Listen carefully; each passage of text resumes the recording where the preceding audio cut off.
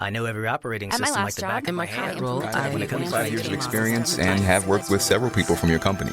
I've been recognized for my passion. My team is everything. LinkedIn delivers candidates who rise above the rest. With an up-to-date view into shared connections, skills, and interests you won't find anywhere else. See why 86% of small businesses who post a job on LinkedIn get a qualified candidate within a day. Post a job for free at linkedin.com/achieve. LinkedIn, your next great hire is here.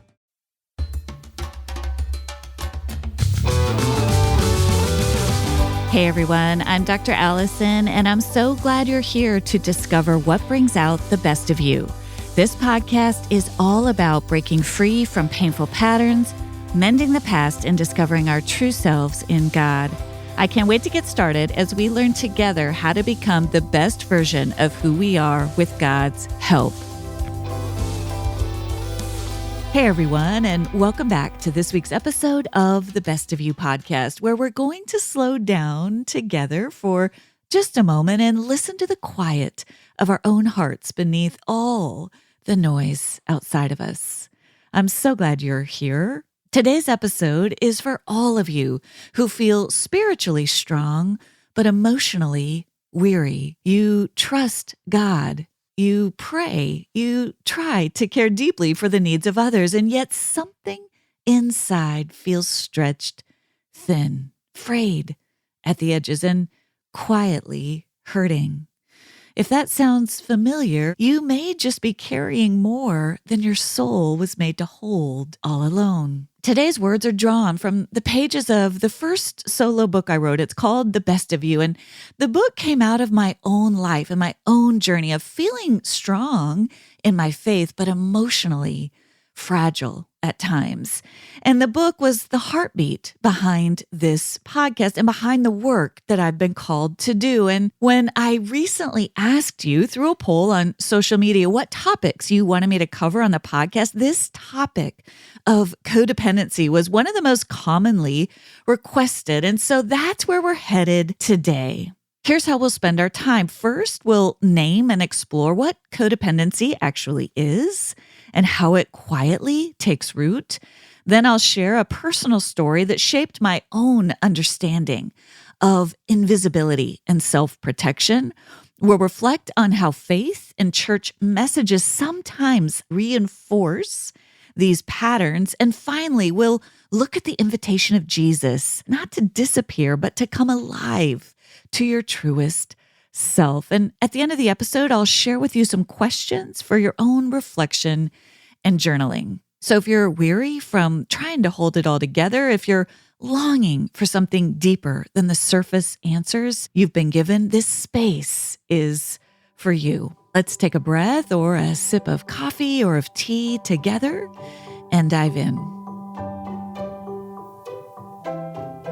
Every week, I talk with women who are moms, who are bosses, who are artists, doctors, teachers, women who are anchored in their faith and yet feel untethered inside. They ask questions like these. Why do I feel so overwhelmed even though I'm trying so hard to be a good person?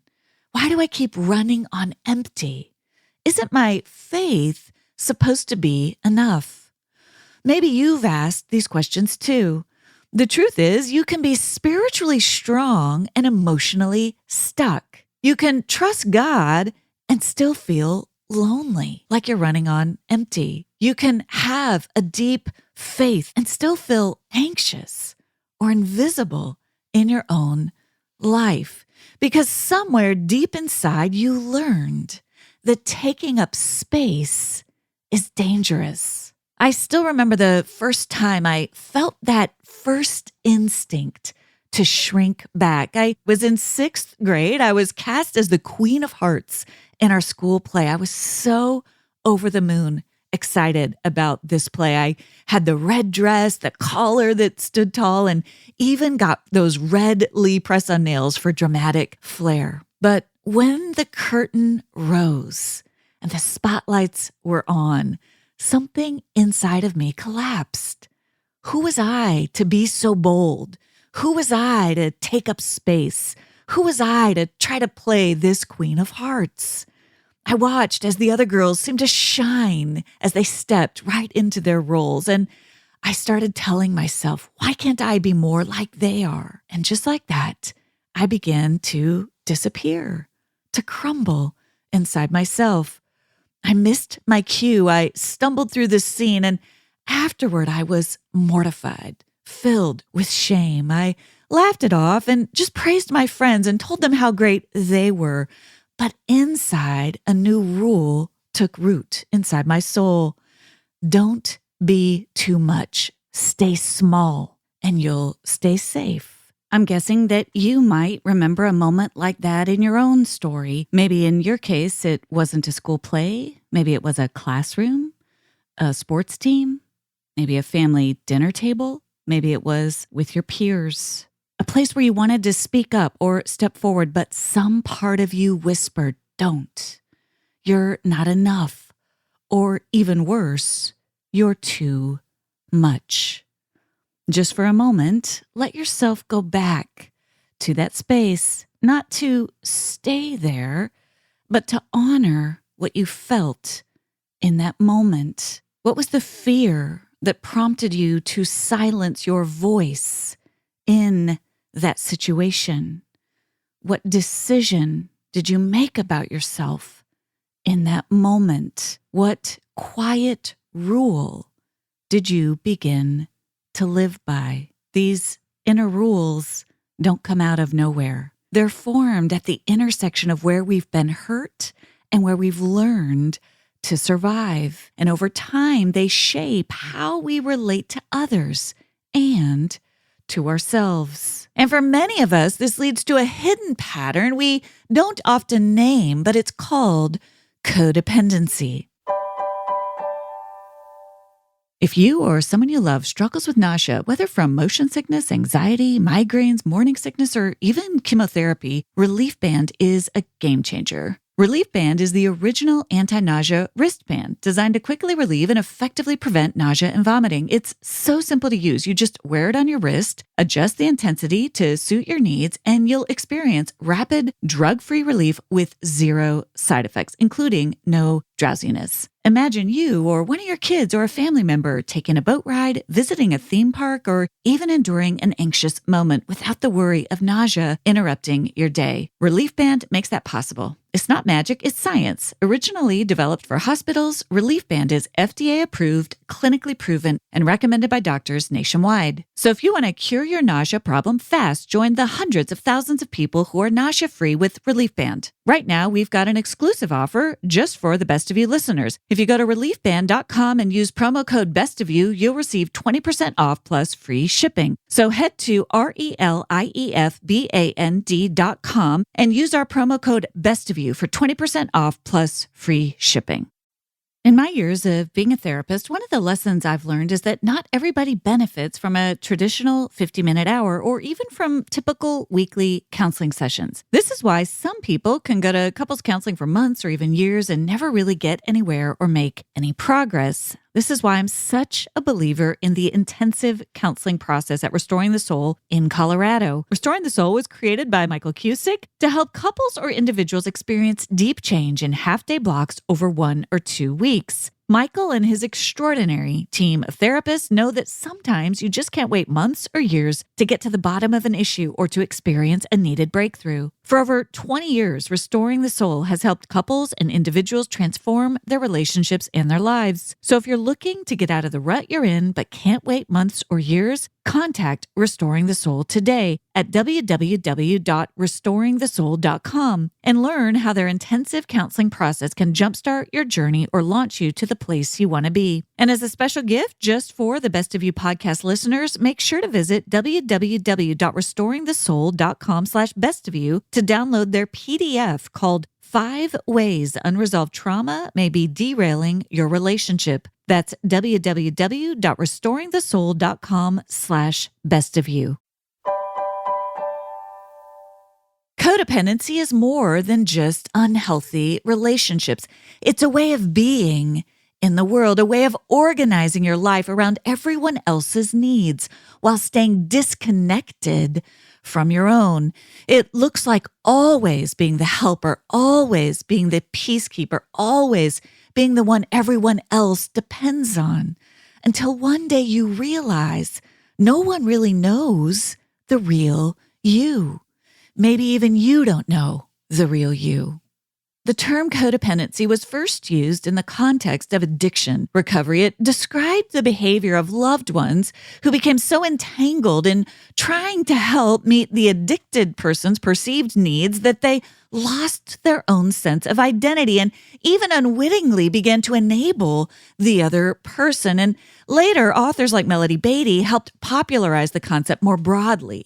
In her groundbreaking book, Codependent No More, Beattie suggested that codependency reaches much more broadly than just crafting your identity around someone else's addiction. It's a pattern that can show up in any relationship where you chronically ignore your own needs in order to care for others. Often this looks like avoiding conflict at all costs, needing external validation from other people to feel okay, saying yes to others when your heart is saying no, losing your voice in order to keep the peace. You start to hide your needs so no one views you as a burden. You begin to enable other people or make excuses for other people's dysfunctional behavior. You might tell white lies to avoid any form of conflict.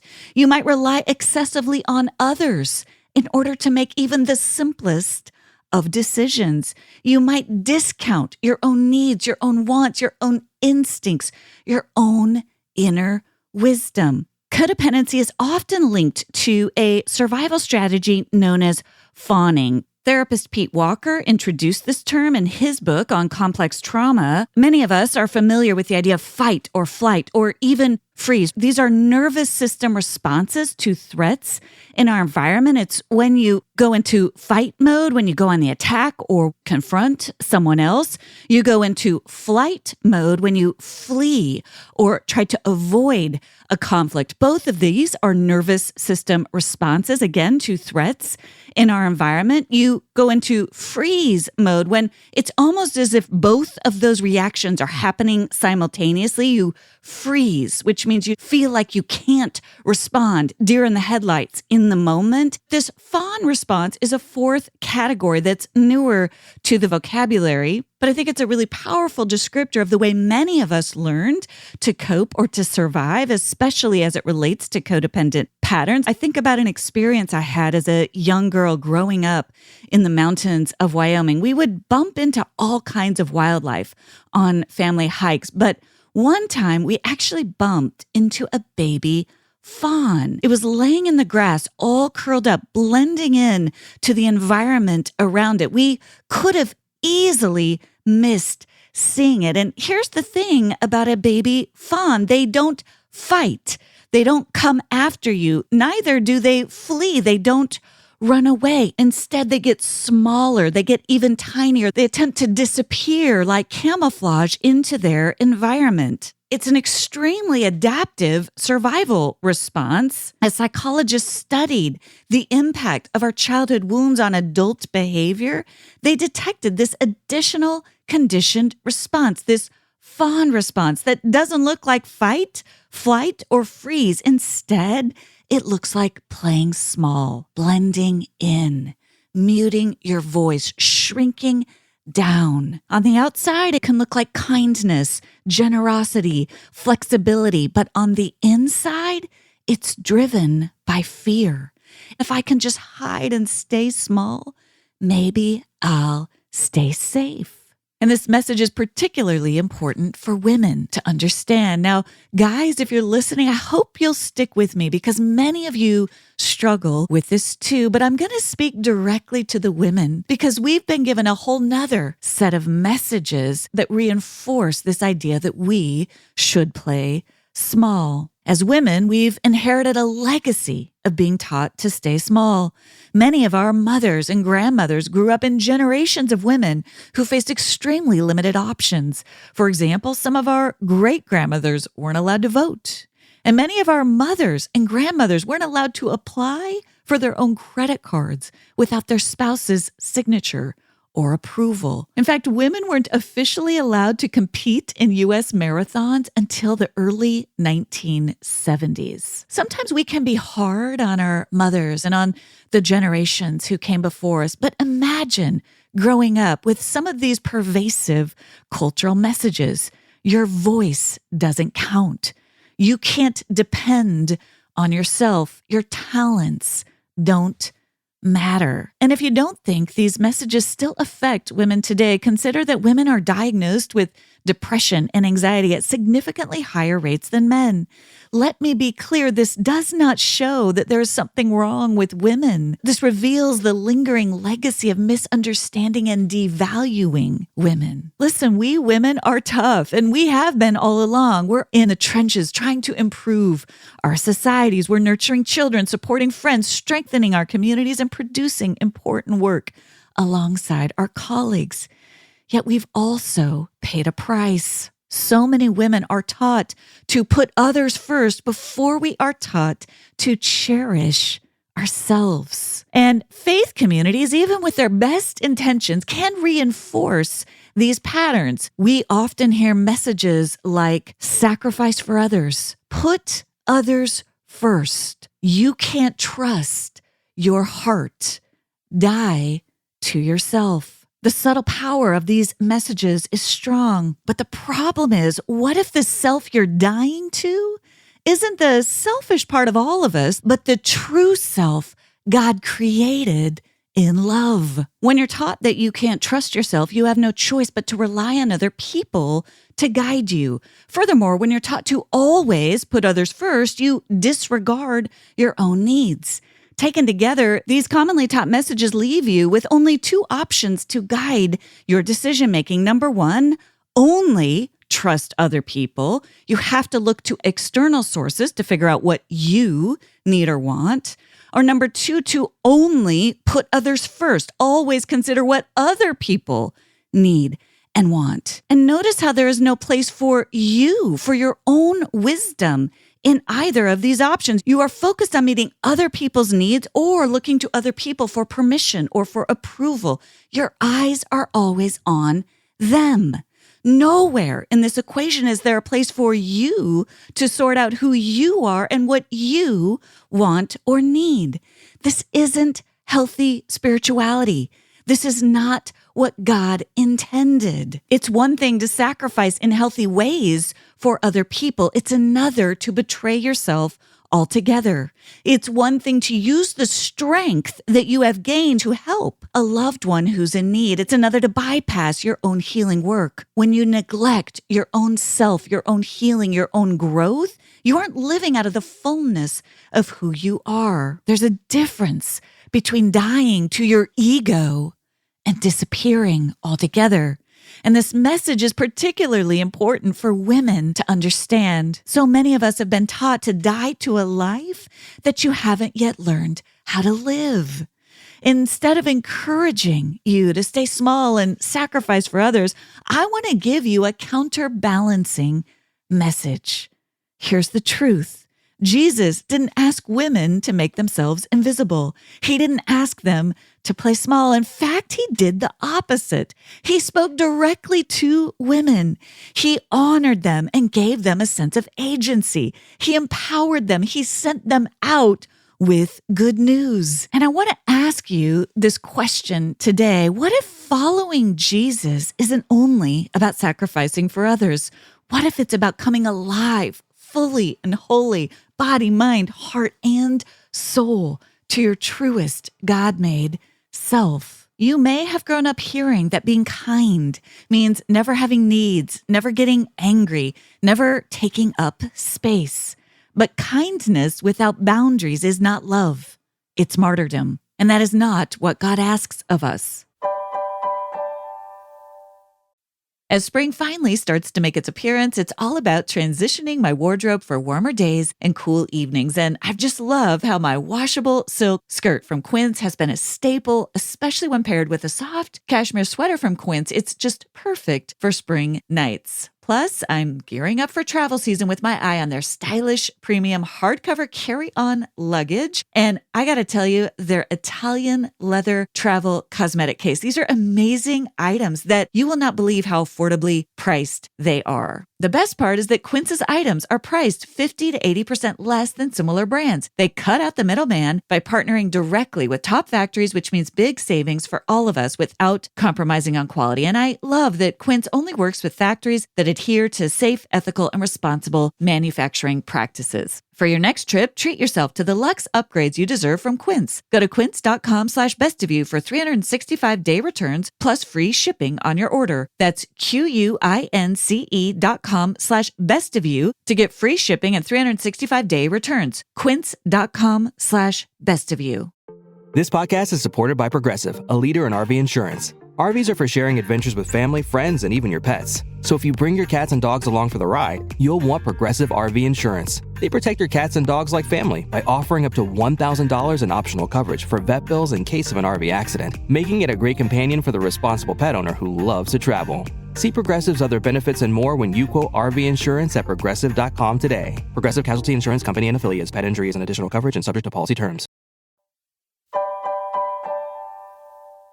So what's the alternative? If codependency keeps us hidden and emotionally disconnected, what does healthy connection actually look like? What does it look like to be in relationship with others without losing yourself? And I want to be clear about what it's not, because our culture can give us confusing messages. Healthy dependence isn't the same as hyper-individualism and isolating yourself from others, or I'll just do me. I only answer to myself. That's not healthy dependence. Healthy dependence means that you can trust others and trust yourself. You can share your needs and your opinions and your ideas and your dreams without shame. You can set a boundary with another person when it's the right thing to do. You can be in a relationship without disappearing into the other person. Codependency says, I'll tell you what you want to hear.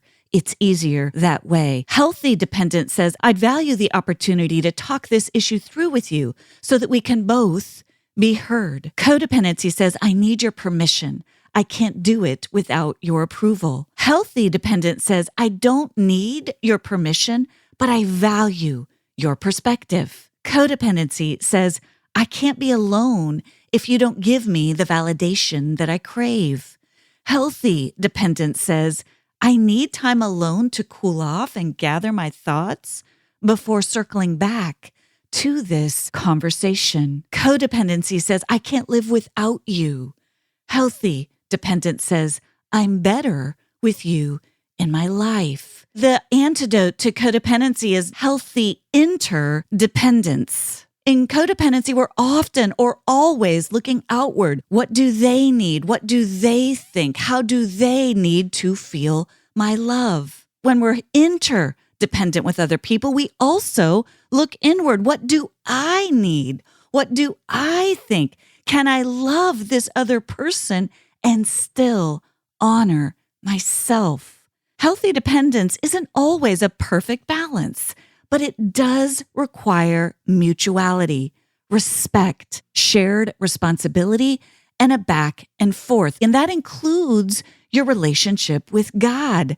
God doesn't call you to erase yourself to connect with God. God calls you to be grounded in His love, both for the sake of others and for the sake of yourself. Now, I know that for some of you, when we talk about honoring yourself, trusting yourself, listening to yourself, your theological radar might go up. And so let me share something I believe Scripture clearly teaches. When the Bible says that the heart is deceitful and wicked, Jeremiah the prophet was referring to our broken state, what some theologians call original sin. There's something that every single one of us inherits as part of being human, and that is that we're imperfect. We can all go astray. But the very same prophet who declared this bad news about our deceitful state also foretold the good news about what would happen one day when Jesus would come. In fact, Jeremiah prophesied the solution to this problem in the coming of God's Spirit. I will put my law in their minds and write it on their hearts. Through the power of God's Spirit, what had once only been available externally through the law is now available internally to every single one of us through the power of God's Spirit. This teaching in Jeremiah is underscored by an idea in psychology related to the locus of control. When you have an internal locus of control, you tend to look to resources within yourself, including God's Spirit, to affect change, make decisions, and create impact. You have a sense that you can, to some degree, take charge of your life. In contrast, when you lead toward an external locus of control, you tend to view what happens to you as outside of your control. You view external sources such as circumstances, fate, or other people as responsible for your well-being. An internal locus of control relates to higher levels of confidence and improved mental health, while an external locus of control tends to correlate with increased feelings of anxiety, helplessness, and depression. Some psychologists believe that an internal locus of control is one of the most important factors in creating healthy relationships throughout life. It's not that you don't also need trustworthy people and a healthy community around you. You do.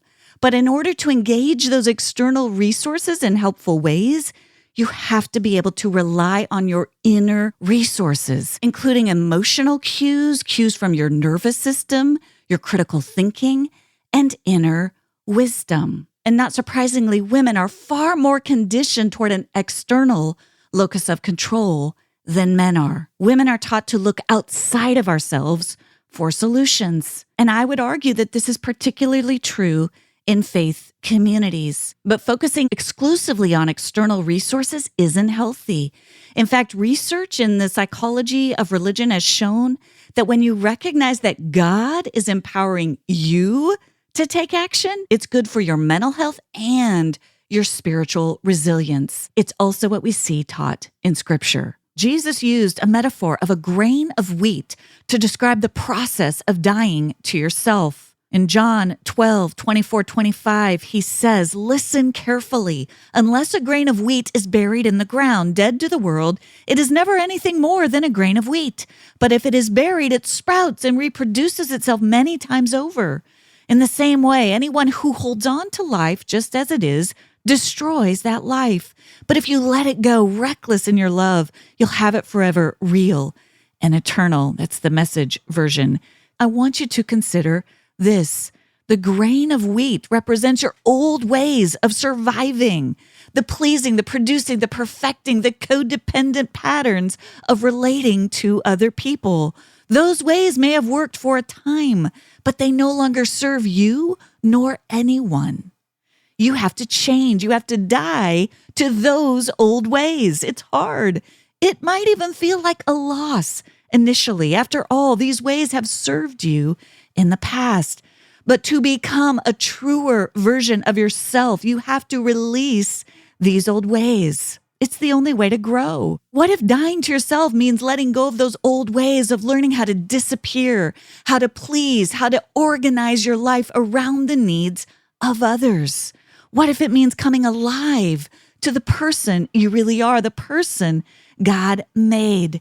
This idea is echoed in other Bible passages. Here's what the Apostle John said: "But whoever did want him, whoever believed he was who he claimed and would do what he said, he made to be their true selves, their child of God selves."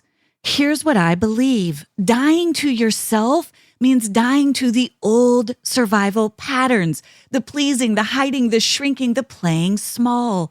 It means coming alive to the true self, the wholeness of yourself God made, the one with the courage to stand up for what's right, the clarity to name your calling and your needs, and the compassion to love others without losing yourself. This isn't easy. It can feel like a loss, like you're laying down a cloak that once kept you safe.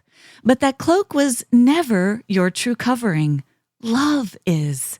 Love calls you out of hiding. It frees you. It fills your soul and flows from within you out into the world around you. So as we close, I want to ask you a few questions to consider. Where in your life do you feel the pressure to be small? What old messages, maybe from family, culture, or church, still shape how you see your worth? What is a new message God might be inviting you to consider instead?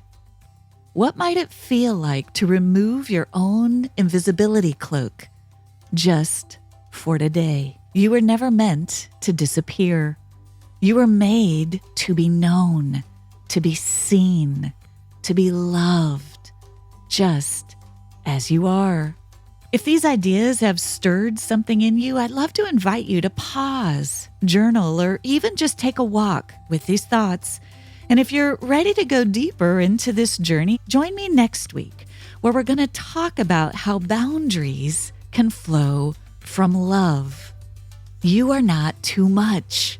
You are not alone, and you are already deeply loved. Thank you for joining me for this week's episode of The Best of You. It would mean so much if you take a moment to subscribe. You can go to Apple, Spotify, Amazon Music, or wherever you listen to podcasts and click the plus or follow button. That will ensure you don't miss an episode, and it helps get the word out to others. While you're there, I'd love it if you leave your 5-star review. I look forward to seeing you back here next Thursday. And remember, as you become the best of who you are, you honor God, you heal others, and you stay true to your God-given self.